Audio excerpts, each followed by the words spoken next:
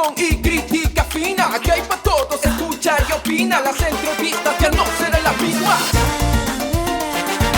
Ajá.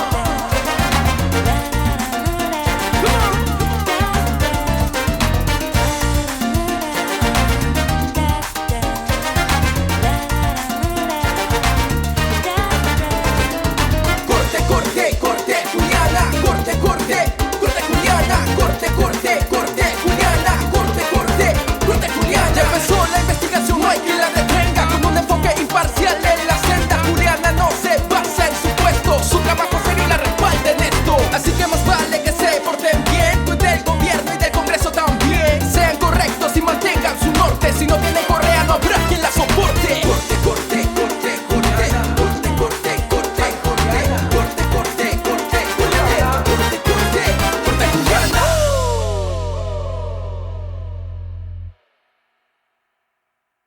¿Qué tal? ¿Cómo están? Hace instantes hacía un monólogo con una pequeña introducción de lo que iban ustedes a ver esta mañana aquí en Corte Juliana. Gracias por la cantidad de reproducciones. De verdad, les juro que es impresionante ver cómo en el programa se enganchan tantísimas personas, luego se sube esto a las redes y es el número altísimo de gente que se mete. ¿Qué pasa, Luis Ángel? Ahí está, se filtra el audio. Luis Ángel ya saben cómo es, señores. Hoy yo le pedí una escoba de paja y me consiguió esto. No importa, señores. ¿Y por qué una escoba? Con todo respeto, con todo respeto, pero voy a estar con Fernando Olivera. De hecho, ya está aquí conmigo en Corte Juliana. Bueno, cuando habla de Fernando Olivera, uno puede decir Fernando Popi Olivera. A él no le molesta además que le digan Popi Olivera. De hecho, se volvió más famoso de lo que ya era en esa época como congresista, cuando Carlos Álvarez lo empezó a entrevistar con una peluca, ¿no? Muy poblada, además porque tiene mucho cabello, ahora canoso, pero en ese entonces el pelo oscuro, y cantaba Carolina, porque era muy parecido a ese conductor de programas infantiles que se llamaba Popi. Así que luego él apareció con el Frente Independiente Moralizador, el partido político que creó. Fernando Popi Olivera, ¿habrá sido quizás, no sé, una mano? ¿Ah? No, la mano de Dios definitivamente no. ¿Y la mano de Alan? ¿Ah? Del maligno, como le llamaba, te voy a decir, un señor cardenal. Cipriani. ¿Qué va? No, pero por favor. Pues obvio, ¿quién entonces? ¿Quién va a ser? Pero usted no hable de cardenales, usted no puede hablar de obispos. Don Augusto Vargas Alzamora. ¿Y le decía el maligno? Pues espero no estar rompiendo una confidencia. ¿Vargas Alzamora, ¿no?, le decía maligno a Alan García? Pues sí. ¿Y a usted cómo le decía? Lo tenía muy claro. ¿Y a usted cómo le decía? A mí, Fernando. ¿Alan García es el peor presidente que ha tenido el Perú? Bueno, definitivamente se lleva todos los laureles, porque errores políticos, de hecho que los ha cometido, como los cometen prácticamente todos, y eso es inherente a la condición humana. Un político es humano y no es infalible, pero la corrupción es algo deliberado, ¿no? Y toda la arquitectura de la impunidad es peor, y como lo he dicho ya públicamente y en su cara, él pervirtió los valores milenarios del Perú, o sea, y eso es imperdonable, ¿no?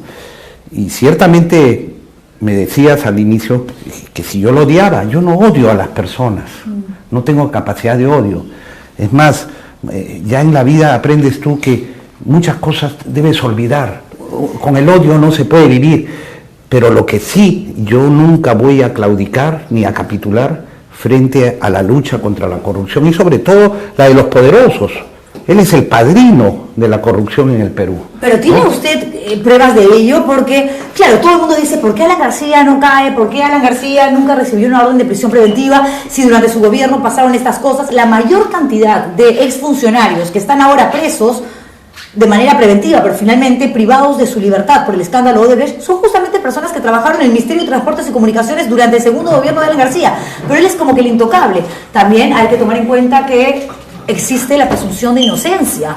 Entonces, a él no le sale nada lo suficientemente fuerte y contundente como para... Claro que hay. Lo que pasa es que, como se lo dije en su cara también en ese memorable debate, él controla la justicia. Y si fuera juzgado por una nueva justicia, que es una necesidad urgente del Perú, que lo hemos planteado una y otra vez, pero sin embargo es tan poderoso el sistema de corrupción que no lo permite, pues simplemente estaría condenado hace tiempo. Nosotros lo investigamos el año 90, y ahí se probó su responsabilidad en el caso del negociado del BCCI, de los Mirage, con Abderramán El Asir, las cuentas de Gran Caimán, que reveló Zanatti, y las coimas del tren eléctrico, y Sergio Siragusa, estaban allí, y por eso es que una y otra vez pasó esas acusaciones por el Congreso de la República, por la Cámara de Diputados, por el Senado de la República, nos dieron la razón, llegó al Poder Judicial que él controlaba, como sigue controlando hasta el día de hoy, y simplemente lo archivaron. A ver, pero señor Rivera, realmente Alan García, que prácticamente ahora mismo es un cadáver político, mire usted cómo le fue en las últimas elecciones, es una persona que ya ni siquiera tiene oficialmente un cargo en el Partido de la Estrella, ¿puede seguir manejando el Poder Judicial? Me refiero a esto porque usted habla acerca de hechos suscitados, y lo recuerdo además, en la década de los 80, entrando a los 90, en fin, pero los jueces también cambian, los presidentes del Poder Judicial también han ido variando, todos se van a someter a la García. Pero tienen un denominador común. Nosotros hemos fijado, por ejemplo, una posición muy firme con el Consejo de la Magistratura. Ahí por su conformación al final termina siendo controlado por apristas, por fujimoristas, y son los que terminan designando a los jueces supremos, y luego todo el mundo ahí se protege. Acaban de sacar una resolución que realmente es preocupante y ha sido ya denunciada por los fiscales. Un pleno de los vocales supremos están preparando la impunidad para todos, en donde señalan que las declaraciones de colaboradores eficaces no se pueden usar para solicitar prisión preventiva. A ver, qué bueno que menciona a los colaboradores eficaces, porque cuando se habla de Alan García, y voy a seguir con Alan porque el que en realidad siempre toca el tema es usted, bueno.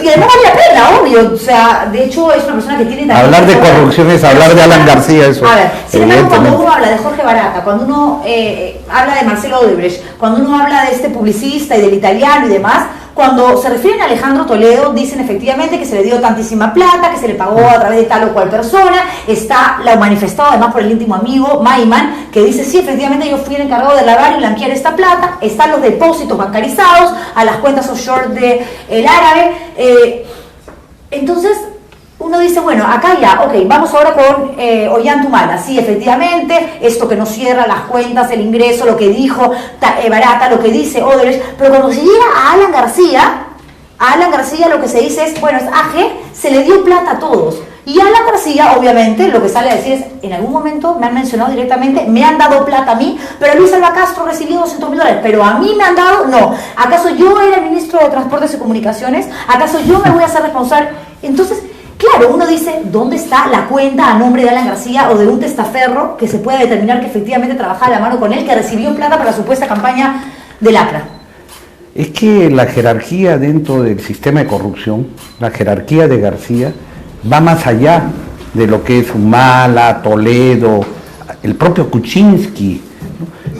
Es una jerarquía de socio de la mafia, o sea, no es un subordinado, él forma parte de esa misma dirección internacional, mundial. Lo que dice usted es grave, lo puede demandar. Podría decir, Olivera me está difamando. Con la verdad ni ofendo ni temo. Pero para la verdad, para y poder entonces, determinar qué es lo que usted dice, se necesitan pruebas. Mire, pues están las pruebas ahí plagadas, pero por favor, lo que pasa es que no se llega a hacer el seguimiento del dinero como es debido. Y están plagadas no de ahora, de décadas. Esto que me ha traído usted, mire, por ejemplo, pero yo quisiera decirte, quisiera darte un solo ejemplo, ¿no? Y aquí hablaremos lo que no se ha hablado nunca, como me ponías en la presentación de la entrevista.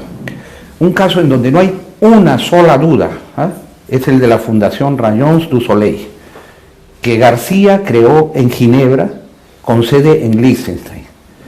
Y te voy a decir que no hay ninguna duda desde el origen. ¿Yo cómo llego a tener esta información? Que es donde refugia el patrimonio compartido con Pilar Nores y sus hijas. Que cuando se hizo la investigación originalmente, moviendo sus tentáculos en el Poder Judicial, y quiso repetirlo ahora nuevamente, pedían la información a Liechtenstein de forma errónea. La pedían en inglés cuando el nombre era en francés. No le ponían fundación cuando formaba parte del nombre Fundación Rayons du Soleil. Y respondían negativamente, hasta que junto con el procurador Jorge Melo Vega se hizo bien el pedido. Y respondió Liechtenstein en ese momento que sí, que existía. Y estaba además hecho a través del Poder Judicial. Lo único que pedían en ese momento es que se afirmara claramente que la información debe ser utilizada para fines de persecución tributaria, porque ese es un valor entendido, y sobre todo con estos paraísos fiscales, y que además el delito estaba tipificado tanto en el Perú como en Liechtenstein, cosa que procedía. Pues encarpetaron esa respuesta que se dio en el 96, 97. Ahora se ha vuelto a plantear y han reconocido nuevamente las autoridades de Liechtenstein la existencia de esa fundación. Entonces, ¿por qué usted, teniendo estos datos, teniendo... Pero permíteme, Sí. para que veas ya la credibilidad de las fuentes. ¿Qué había pasado, Juliana? De pronto un día yo estaba trabajando en el Congreso y me llega un fax, ¿no? Era 10, 11 de la noche. ¿Fujimori renunciando? Hay algunos que trabajábamos, pues, ¿no? Ahora no sé quién trabaja y quién no. Hay algunos también. Pues, y me llega mandándome el reglamento de esta fundación por fax. Tenía un número de teléfono, antes salían en los faxes, ya esto es un instrumento obsoleto en estas épocas, ¿no? Pero salía de a dónde provenía. Yo llamé en ese momento, me reuní con la persona que me confirmó la veracidad. ¿Qué había pasado? Pues la hija de este señor, que era el informante, había estado en Ginebra, y había conocido ahí a una persona, había ido de intercambio. Esa persona, esa compañera de estudios, había venido al Perú también durante el gobierno de García, o sea, sabía perfectamente quién era. ¿Y qué le dijo? Y después, ¿dónde terminó trabajando? En el estudio de abogados donde Alan García creó la fundación. Un buen día estaba ella allí y de pronto la llaman, ¿no? Oiga, señorita, doctora, tiene que constituir esta empresa, esta fundación. ¿Y a quién tenía al frente? A Alan García.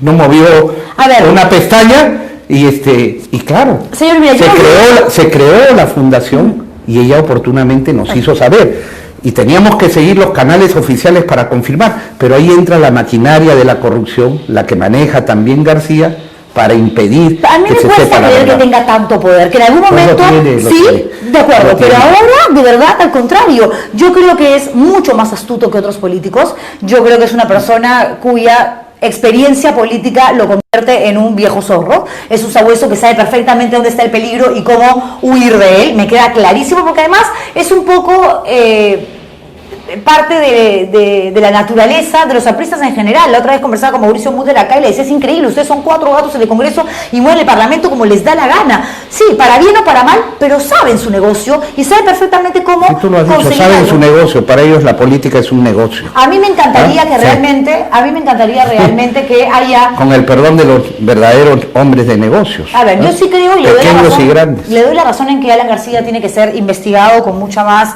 detalle, con mucha más voluntad política, y que aquí se tiene que hacer una revisión exhaustiva de todo lo que ha sucedido, porque además ha sido presidente no una vez, sino 2 veces. Totalmente de acuerdo. Pero a mí me gustaría que usted también, con el mismo énfasis y con esta misma energía desbordante con la que pide que Alan García sea investigado y que vaya preso porque es el capo de la mafia, es Capone prácticamente, también exija lo mismo para Alejandro Toledo. Y ahí creo que usted mostraría mucho más coherencia con lo que dice, porque usted trabajó para Toledo, usted formó parte de ese gobierno, usted fue su ministro de Justicia, usted fue su canciller, 36 horas, pero canciller. ¿Por qué no? Juliana, te agradezco nuevamente la pregunta, porque una vez más debo reiterar lo que he dicho desde el momento en que se supo estos delitos tan graves descubiertos a Alejandro Toledo, que debe ser sancionado ejemplarmente. Y que, lo dije, está registrado, que no tiene perdón de Dios. Yo he trabajado, como hemos trabajado muchos, de buena fe. Nosotros logramos un acuerdo de moralidad y gobernabilidad de cara a la segunda vuelta.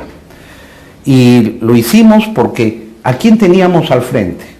A García, a los fujimoristas, a todos los que querían derribar al nuevo gobierno, que había rechazado una propuesta de Alan García, en donde él se ofrecía a hacer lo que quisiera Toledo, a cambio de que hubiera un pacto de impunidad, un borrón y cuenta nueva. Era muy poderosa la gente que estaba en la cárcel el año 2000, y las investigaciones recién se iniciaban, había que respaldar la autonomía del Poder Judicial, de la Procuraduría, Y entonces forjamos ese pacto de gobernabilidad y moralidad, porque esa era y es nuestra razón principal de ser para acabar con este sistema de corrupción. ¿Qué pasó? Nosotros lo entregamos todo y al costo político que eso representó en su momento porque defendíamos la democracia. El primer año yo trabajé de ministro de Justicia y de ahí salí en un desencuentro político. ¿Con Ferrero? ¿Ah? No, el primer año, bueno, con Ferrero... Con Ferrero fue después. Con Ferrero viene el problema de antes. Pero se peleó con todos, dígame a quién se refiere, se peleó con Rómulo León. Usted no le pudo agarrar el pelo y jalarle el cabello porque era pelado ya, pero usted... Pero como el tiempo da la razón, pues Rómulo León en ese momento era ministro de Pesquerito. ¿Y cuál fue la razón por la que vine a ser agredido? Los culparon, los libraron de polvo y paja, bueno, ahora está... pues, pero qué poder judicial, por favor, no tomemos esto ver, en serio. Habrá un día en que, se acabe la impunidad y revisemos todos esos casos y que haya sanción efectiva. En ese momento tuvo esta serie de desavenencias, porque repito, se peleó con Rómulo León, se peleó con Carlos Bruce, se ha peleado hasta con los reporteros, le ha tirado la puerta del carro, nos ha hecho señas obscenas, se ha bronqueado con todo el mundo, usted. Juliana, si quieres te respondo una por una, pero a lo que iba, y porque se afirman cosas que merecen ser aclaradas siempre, ¿no? Siempre que haya preguntas que de buena fe se hacen, ¿no? Y como te decía, nosotros cumplimos un deber con el país. Se quería interrumpir la democracia y nosotros trabajamos. A mí todo el tiempo me pidieron que forme parte del gobierno. Yo no pedí ser ministro de Justicia, yo acababa de ser candidato presidencial, tenía representación parlamentaria. El objetivo político era la siguiente elección. Y cuando tú entras a ministro, no necesariamente cae dentro de ese objetivo político, porque sabes que tienes que asumir costos políticos propios del desgaste de un gobierno. Sin embargo, lo asumí, porque mi responsabilidad con la democracia era mayor. Pero y luego me pidieron que sea embajador del Perú en España. Demoré en contestar. Demoré en contestar porque evalué que España era el primer inversor en el Perú, que había una colonia importante de peruanos allá, que era la puerta a la Unión Europea, que teníamos que justamente desarrollar todo un clima de confianza. Y sí, acepté y creo que hicimos una buena gestión que nadie se atreve a cuestionar. A ver, señor Rivera, pero yo lo que no entiendo es lo siguiente. Está bien que usted diga, nuestro objetivo, nuestra función en ese momento era garantizar la democracia. Veníamos de una dictadura terrible, de un nivel de corrupción espantoso, asqueroso, que además quedó registrado en estos famosos Vladimideos que usted presentó junto a Luis Iberico en esta recordadísima conferencia de prensa. Hasta allí todo bien, pero ¿cómo usted puede trabajar con una persona bajo la batuta de la moralidad a la que usted mismo le había dicho drogadicto, le había dicho, hazte un toxicológico, te voy a sacar un cacho de pelo para pasarlo por el laboratorio? O sea, esa persona, ya antes de que se descubriese todo lo que hizo Toledo, 2 órdenes de captura y ahora mismo en su contra, ya era una persona que no podía representar de ninguna manera la moralidad. Es que, Juliana, hay una cosa que se llama... Un tipo que no reconoce a su hija. Pero si quieres lo examinamos, vamos a hacer una vuelta al pasado y a algo que está muy vigente. Lo que está muy vigente, y es el reto que tenemos los peruanos, es construir una alternativa para no volver a votar por el mal menor. Pero yo no estoy hablando del voto, no estoy hablando de Poncho Olivera o Fernando Olivera como el elector. Es que tú tienes que escribir... No, se está yendo por las ramas. Sí. Juliana, si me sigues un momento, el razonamiento es este. Quedó en la segunda vuelta Alejandro Toledo y Alan García. Dime tú qué alternativa tenías. Tú seguro votaste por Toledo también, no ibas a votar por García. Yo no voté. ¿No? Bueno, pero habrías votado por Toledo. Seguramente. Seguramente, porque era el mal menor. No, yo creo que sabe que hubiese votado en blanco, ¿sabe por qué? Mira que no voté, porque Toledo era un tipo que no había reconocido a su hija. Y para mí una persona que no reconoce su hijo es una persona que no merece el voto de nadie. Para mí también. ¿Y por qué así? Para mí también, Juliana, y lo que yo declaré en la campaña, cuando me preguntaron el tema, es lo mismo que sigo pensando. Si a mí hubiera venido o viniera una joven, una niña o una madre de una niña que dicen que es mi hija, ¿no? Pues yo no podría estar 24 horas sin conocer realmente si es mi hija o no, y me habría hecho el ADN inmediatamente. Eso es lo que declaré y lo que creía. Y claro, luego uno no podía intervenir hasta que fuera el tema saliera del ámbito personal, ¿no? Y que realmente estuviera ya interfiriendo con los temas de Estado. Pero eso fue en campaña. Por eso. Se pudo evitar que Toledo llegase al poder tratándose de un tipo que no reconocía a su hija. El tema es ¿quién era el que llegaría entonces? Alan García. Y entonces tú tenías que poner en la balanza, casi sin alternativa, y en una elección muy estrecha, como terminó siendo la de Toledo con García. Ok, usted pudo haber votado, perdón que lo estoy interrumpiendo, pero es que quiero cerrar bien este tema. Sí, usted pudo haber votado sí. por Toledo y decir, bueno, yo voy a votar como ciudadano peruano con mi DNI acá por Alejandro Toledo, porque cualquier alternativa va a ser mejor que Alan García, más aún cuando usted, ya sabemos lo que piensa y lo que dice de Alan García, pero de ahí a formar parte de ese gobierno. Por eso es que nosotros O sea, allí hay una cosa que ya pasa por una cuestión de solidaridad, que pasa por una cuestión de trabajo en conjunto. Juliana, viendo que no había alternativa, nosotros tratamos el tema y lo pusimos en blanco y negro, en un acuerdo de gobernabilidad y moralidad, donde pusimos claramente que defenderíamos las instituciones democráticas. Inclusive llegamos a cierto detalle en el plano económico y social, que no se privaticen ciertas empresas, por ejemplo Sedapal, porque estaba Kuczynski ahí, Kuczynski nos fue a buscar, que era el jefe de plan de gobierno de Toledo, y se comprometió y además se puso en blanco y negro con el propio Toledo, que no hubiera impunidad, por ejemplo, para Alan García, estaba puesto ahí en blanco y negro, porque desconfiábamos, claro que teníamos desconfianzas, y ciertamente si íbamos finalmente a pedir el voto, pues teníamos que tener alguna garantía. Y luego, claro, te ponen en el dilema, ¿no? Cuando te convocan y te dicen, es hora de jugarse, pues ¿qué le vas a decir? No, ¿sabes qué? Yo tengo mi cálculo político de aquí a las siguientes elecciones, hay un escenario político muy turbulento y no, yo no voy, yo no me juego. No, en ese momento estás de cara a la historia y tu responsabilidad con el país. Y tienes que aceptar. ¿Y en qué momento no se dio cuenta usted o no quiso ver que había entonces estos entripados en el gobierno? ¿En qué momento no le pareció raro lo que estaba sucediendo con la carretera interoceánica? ¿En qué momento usted no dijo, este tipo realmente no está haciendo las cosas bien? Pero es que, no, yo era un crítico, inclusive ahí están registrados. Pero seguía allí. Era un crítico de la gestión, porque era un gobierno que devino ineficiente. ¿Pero qué hacía entonces allí? se pasmaban muchos proyectos. Y en realidad, dentro de lo que es la labor de uno, nosotros teníamos representación parlamentaria importante. También estaba el de fiscalizar la propia acción de gobierno. ¿Cuándo me di cuenta? Ahora, igual que usted. No, no le creo. Usted que es un sabueso, que se sabe pues, hasta qué color de calzoncillo que pone todos los días a la García, no me va a decir que no sabía lo que pasaba con Toledo. Juliana, si hubiera tenido la mínima sospecha, lo habría denunciado. ¿De verdad? ¿Tienes alguna duda? Sí, varias. Bueno. Es que yo creo que la política, yo creo que la política las casualidades no existen, que nadie da sin embargo los hechos y la lógica, que entiendo funciona también, ¿no? Dicen lo contrario. Pero si hablamos de hechos, usted está siendo ahora interrogado por la Comisión de Vallato y puede pasar a condición, por ejemplo, de investigado. Uy, sí, me muero de miedo. Yo no tengo nada que ocultar. ¿No tiene miedo? ¿No le preocupa? No, en absoluto. No. Soy víctima, eso sí. Pero de persecución. Y le quiero decir algo.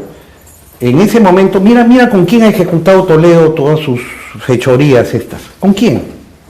Con un grupo de israelíes, ¿no? Ahí están. Yo no sé si habrá tenido aliados aquí, peruanos o norteamericanos, o no sé de qué nacionalidad, pero ciertamente en la lógica, ¿tú crees que Toledo iba a compartir conmigo cualquier cosa de estas? Pues sabía perfectamente que inmediatamente era denunciado. ¿Para usted ¿no? es justo lo que ha hecho el Poder Judicial, de que tanto duda y de que tanto critica, de pedir orden de captura, de prisión preventiva y captura en caso proceda la extradición para Alejandro Toledo por el caso de Coteva u Odebrecht? ¿O considera que esto también es parte de la mano negra de Alan García, que se encarga del tejimaneje en Palacio de Justicia? Mira, yo espero que Estados Unidos dé la extradición. Pero si quieres que te diga lo que realmente creo, es que las cosas no se han hecho tan bien como debieron. Y han sumado una serie de errores, entre comillas, para viciar ese proceso de extradición. Desde que el presidente Kuczynski en ese entonces habla con Trump y demuestra que hay una intervención política. Desde que no se acumulan de origen los expedientes de Coteva con de Odebrecht, y hay una serie de temas ahí que a mí me daba la impresión, como me da la impresión de que esta última resolución de los vocales supremos es para echarle la última mano y que rechacen la extradición en Estados Unidos. ¿Y por qué cree eso? Porque evidentemente hay un sistema de corrupción que está metido en el poder judicial. ¿A quién le conviene que Alejandro Toledo no venga al Perú y responda a las autoridades? Pues a todos los que son cómplices. ¿Quiénes son cómplices? Porque la gente podría pensar, cómplice también podría ser Fernando Olivera, que fue embajador del Perú en España, ministro de Justicia y canciller. Bueno, ¿y eso qué? No, le estoy preguntando, no me respondo con otra pregunta. Yo he cumplido mi deber, ¿sabe qué? Y no hay nadie que pueda imputarme nada. A ver, nada de nada. O es que una cosa es imputar y otra cosa es opinar. Hay gente, me dice mi productora, que nos está siguiendo ahora mismo y dice, le dicen de todo. O sea, usted habla de la moralidad, de la escobita, pero le dicen corrupto, hipócrita, manipulador. ¿Cómo le responde a estas personas que están en todo su derecho? Bueno, yo creo que, de hecho, que hay gente desinformada y por eso venía yo aquí para exponer quiénes son los verdaderos corruptos. Y en segundo lugar, también es cierto, Juliana, que hay una maquinaria de troles y de gente que si tú te pones a ver quiénes son los que están opinando, en su gran mayoría, no digo que todos, ¿Sí, usted hay cree, una maquinaria ahí, sí. Lo que pasa es que yo sí creo que hay gente que desde diferentes partidos reciben un sueldo por insultar, por pagar. Pero no, o sea, en este caso la gente lo está diciendo, no le creo a Poppy, y no es un comentario que de pronto aparece allí y uno se sorprende. Estamos hablando de gente que en algún momento creyó muchísimo en usted, como en Toledo, por ejemplo. Decían, Toledo, a través de la Marcha de los Cuatro Suyos, nos regresó a la democracia con todos los errores. Como creímos todos. Pero en el caso de usted, la gente dice, en el caso de Fernando Olivera, Poppy Olivera, él sigue haciendo circo, él sigue burlándose de la política, viene a meter su cuchara, pero es una persona deshonesta. ¿Sabe qué creo que es una de las cosas que la gente no le perdona? El hecho de usted haber sido tan violento, tan agresivo con Toledo, diciéndole, usted es un drogadicto, venga y muéstrele a todo el Perú a través de un toxicológico que efectivamente no es consumidor de clorhidrato y cocaína, y terminó con él trabajando. Pero la falta de coherencia en política se paga caro.